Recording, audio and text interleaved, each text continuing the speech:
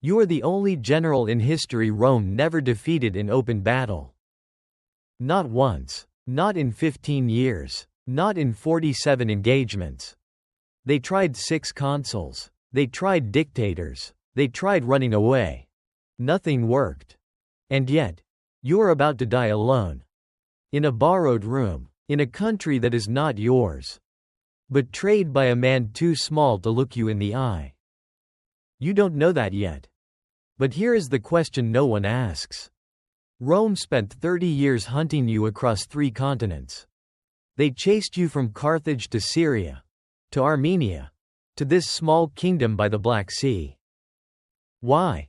You are 64 years old. No army, no fleet, no country. You are an old man who eats dinner with a minor king. And tells stories about a war that ended 20 years ago.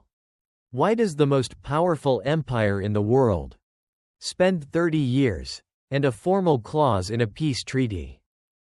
Just to catch one old man? The answer is not what you think. It begins not at the end, but with a boy, a marble altar, and a promise no 9-year-old should ever be asked to make. Level 1. The oath at the altar. You are 9 years old. Carthage, 237 BC. Your father is leaving for war. He is Hannibal Barca, the man who held Sicily for 7 years. Against the full weight of Rome and never surrendered. Rome had to negotiate him out. That is the kind of father you have. You ask to come. He looks at you for a long time. Then he takes you to the temple. He tells you to put your hands on the stone. Swear, he says, that you will never be a friend of Rome. You swear. The marble is cold under your palms. The incense smoke curls and disappears. You are 9 years old. And you have just made the promise. That will determine every single day of the rest of your life. 37 years later, in a valley in Italy, Rome will learn exactly what that oath cost them. Level 2. The impossible road. You are 29 years old. The Alps. Autumn 218 BC. 37 elephants. 38.000 men. The mountain has already taken 6,000 of them. Not in battle. In cold. The path is ice. The drop below is 300 feet. You can smell the animals. Sweat. Dung. A sound between a moan and a scream. That echoes off rock walls and never quite fades. Every advisor told you this was impossible. That is why you are doing it. Rome is waiting for you at the passes they know about. They are not waiting here. You give the order to move. Here is what no one says out loud. You already know you will never come home. This is not a campaign. This is a one-way door. You chose to walk through it. Level 3. The trap made of men. You are 30 years old. Cannae, August 2nd, 216 BC. Rome sends 86,000 soldiers. The largest army they have ever assembled. You have 50,000. You do not line up and charge. You curve your center backward. A shallow bowl. A mouth. The Romans push forward. They push harder. They push in.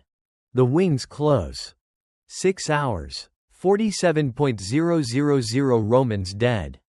The ground is soaked so deep the wounded drown in it. Senators. Consuls. 2 quaestors. 80 of Rome's ruling class. Gone before sunset.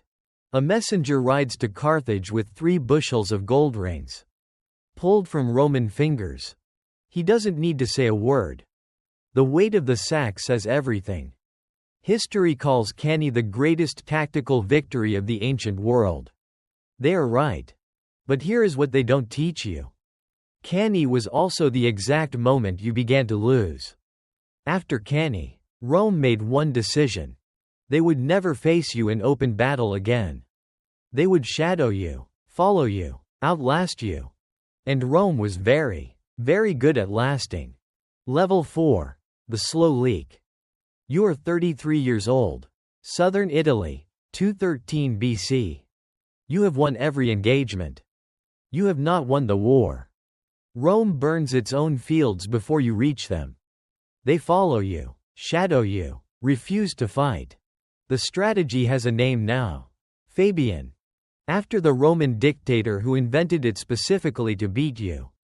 His countrymen call him cunctator, the delayer, as an insult. He does not mind. Because it is working. Supply lines from Carthage arrive late. Small. Wrong. The Senate there hates your family.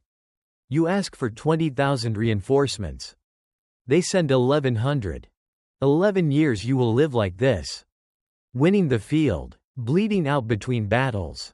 The stone floor of every Italian town you camp in is cold, even in July. Level 5. The helmet in the dirt. You are 38 years old. Brutium, 208 BC. Your brother Hasdrubal crosses the Alps. Same route. 10 years later. 56,000 men. Everything you have been waiting for. He sends you a letter with his route and his timing. The Romans intercept it. They read it. They march. They destroy Hasdrubal at the Metaurus River in a single afternoon. You learn this not from a messenger. You learn when Roman cavalry ride to the edge of your camp at dusk and throw something in. Your brother's head, still in the helmet. No letter, no horn, just a head at your feet. You stand there while your officers look at the ground. And you understand, not that the war is lost, but that it has been over for some time. And you are the last one to know. After this, after his brother's head, after 15 years, after all of it, what does he do? He does not surrender. He does not retreat. He stays in Italy. 5 more years. Why? Level 6. The crossing in reverse. You are 45 years old. The Mediterranean, 203 BC. Carthage calls you home. Not because you lost, because Rome has landed in Africa. You board the ship. You watch Italy disappear. 15 years on that land. Never one defeat. Your soldiers, those still alive, stand on the deck without speaking. Some have wives in Italian villages. Children who have never seen Carthage. They leave it all on the shore. The sea smells like salt and something old that has no name. You do not look back. Level 7. The mirror. You are 45 years old. Zama. October 202 BC. Before the battle, you meet Scipio face to face. He is 31. He has spent his career studying you. Every engagement, every tactic, every feint. You propose peace, a negotiated end. He refuses. 4 hours. Your elephants panic, turn sideways, break your own lines. Scipio executes the double envelopment. Your move, your invention. With cleaner cavalry and better ground. 20,000 Carthaginians dead. Afterward, Scipio rides to where you are standing. He asks how a man who won Cannae could lose Zama. You tell him the truth. At Cannae you fought men who had never seen your method. At Zama you fought a man who spent his whole life learning it. You ride away from Zama alive. That is the worst part. Now, Rome has won. The war is over. Carthage is finished. So explain this. Why does Rome spend the next 20 years chasing one 45-year-old man across 4 countries? Including writing him by name into an international peace treaty? What is Rome actually afraid of? Level 8. The palace that is not yours. You are 52 years old. Ephesus. 195 BC. Rome demands your surrender. Carthage complies. You leave the night before the order arrives. 1 ship. No escort. East. King Antiochus of the Seleucid Empire receives you. You propose a second invasion of Italy. He listens. He gives you a room with a view of the sea. He does not use your plan. Because kings do not take orders from refugees. Even when the refugee never lost a battle. The room smells of cedar oil and other men's ambitions. You sit in it and wait for a war that will not come. Level 9. The Gold Ring. You are 53 years old. Bithynia. 190 BC. Rome defeats Antiochus. In the peace terms, surrender Hannibal. You are already moving. Armenia. Then Bithynia, a small kingdom near the Black Sea. King Prusias takes you in. You win him a naval battle by throwing clay pots filled with live vipers onto enemy decks. You are 53 years old and you are inventing biological warfare with pottery. Rome sends another delegation to Prusias. Formal request. Written clause. Surrender him. This year, you have the ring made. Gold. Poison inside the stone. You put it on. You wear it every day. You tell no one what is inside it. Everyone who knows you understands. Now, back to the question. Why 30 years? Why chase one old man across an empire? Here is the answer. And it is not the answer anyone expects. Level 10. The man who cannot meet your eyes. You are 64 years old. Libissa. Bithynia. 183 BC. Prusias has been meeting with Roman envoys for 2 years. You have watched him. The way he no longer holds your gaze at dinner. The way his servants stop answering questions about the Eastern Road. One morning you wake and the house is quiet in the wrong way. You go to the window. Roman soldiers. Every exit. Every gate. Prusias sold you. Not in battle. With a handshake over wine you were not invited to. Liberimus diuturna cura Romanos. Qui expecter senis mortem non passant. Let us free the Romans from their long anxiety.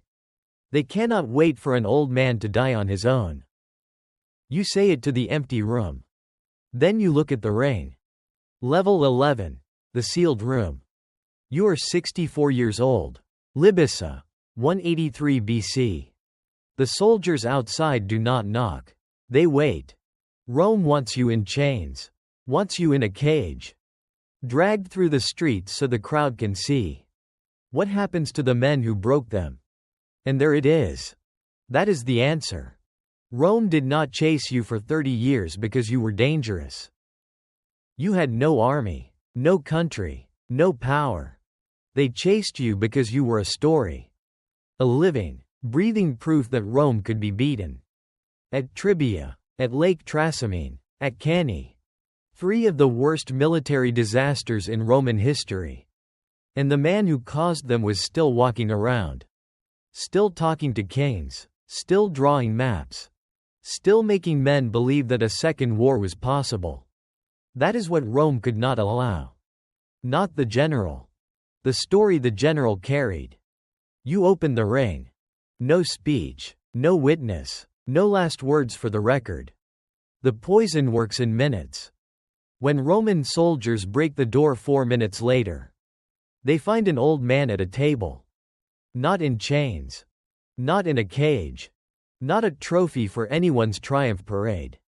Just a man who decided that the one thing Rome would never take from him was how it ended. You lived this once. And now, you're history.